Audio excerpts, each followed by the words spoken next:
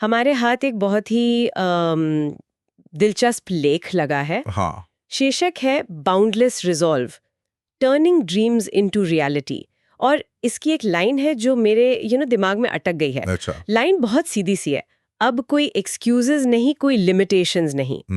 सुनने में तो ये एक आम मोटिवेशनल कोट जैसा लगता है, लेकिन जब इस पर थोड़ा सोचा तो लगा कि नहीं, इसमें गहराई कहीं ज्यादा है। बिल्कुल, अक्सर सीधी बातों में ही सबसे गहरे मतलब छुपे होते हैं। हाँ, तो आज हम इसी एक लाइन के ताने बाने को समझने की कोशिश करेंगे। तो चलिए इसी लाइन से शुरू करते हैं।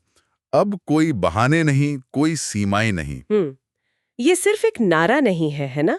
ये एक तरह का ऐलाने जंग जैसा लगता है। खुद के ही खिलाफ।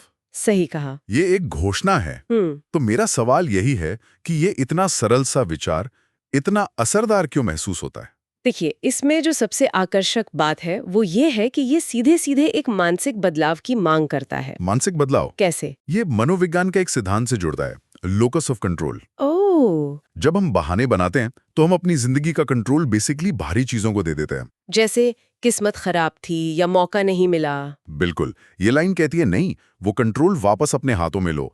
कोई बहाने नहीं का असली मतलब है कंट्रोल मेरे पास है। वाह, ये तो बहुत दिलचस्प नुक्ता है। मतलब ये सिर्फ आलस छोड़ने की बात नहीं है। नहीं, बिल्कुल नहीं। ये तो अपनी जिंदगी की ड्राइविंग सीट पर वापस बैठने जैसा है। एकदम। और आपकी बात से मुझे लेख का अगला हिस्सा याद आया। वो कहते हैं यह समय है खुद को प्रूव करने का, अपने सपनों को रियलिटी में बदलने का। हाँ, इसमें एक तात्कालिकता है, एक अर्जेंसी, जैसे कह रहे हो कि इंतजार मत करो, अभी करो। हाँ, और यहाँ ये दोनों बातें जुड़ी हुई हैं, खुद को साबित करना और सपनों को हकीकत में बदलना। मतलब ये एक ही सिक्के के दो पहलू है। बिल्कुल।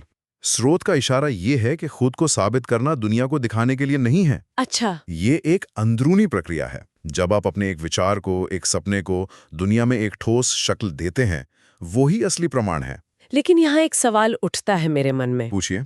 क्या ये सोच थोड़ी ज्यादा सरल नहीं है? क्योंकि असल जिंदगी में तो सच में रुकावटें होती हैं। आर्थिक, सामाजिक, हर कोई एक ही शुरुआती लकीर से तो दौड़ शुरू नहीं करता। ये बहुत जरूरी सवाल है और लेख इस हकीकत को नजरअंदाज नहीं करता। तो वो क्या कहता है इस बारे में? वो साफ तौर पर दो तरह की सीमाओं में फर्क करता है।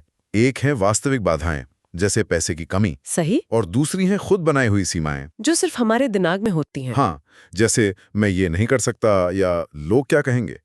लेख का तर्क ये है कि हम अक्सर अपनी बनाई हुई सीमाओं को ही असली बाधा मानकर रुक जाते हैं। समझी। तो पहला कदम है उन दीवारों को गिराना जो हमने खुद खड़ी की हैं। बिल्कुल। ठीक है, तो ये मानसिकता बदलने की बात तो समझ आ गई, पर क्या लेख कोई प्रैक्टिकल कदम भी सुझाता है? क्योंकि सिर्फ सोचने से तो सपने हकीकत नहीं बनते। हाँ, वो सुझाता है।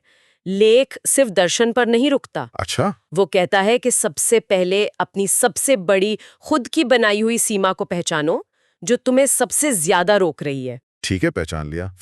फिर उस सीमा को एक चुनौती की तरह देखो, एक पहेली की तरह जिसे सुलझाना है। दुश्मन की तरह नहीं? नहीं, दुश्मन की तरह नहीं, एक चैलेंज की तरह।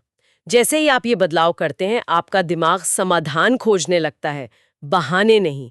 ये छोटा सा बदलाव है, पर असर बहुत बड़ा है। मतलब अगर हम सब कुछ जोड़कर देखें तो सपनों से हकीकत तक का सफर एक फैसले से शुरू होता है। वो फैसला है बहाने बनाना बंद करना और अपनी जिंदगी की जिम्मेदारी पूरी तरह से लेना। सही आपने। और यह हमें एक बहुत गहरे सवाल पर लाके छोड़ देता है आखिर में। क्या? लेख कहता है ये खुद को साबित करने का समय है। हाँ। तो सोचने वाली बात यह है कि ये प्रमाण असल में किसके लिए है?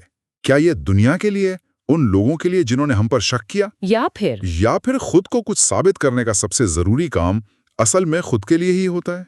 शायद सबसे बड़ी जीत दूसरों की तालियों में नहीं, बल्कि अपनी नजरों में अपनी कीमत साबित करने में है।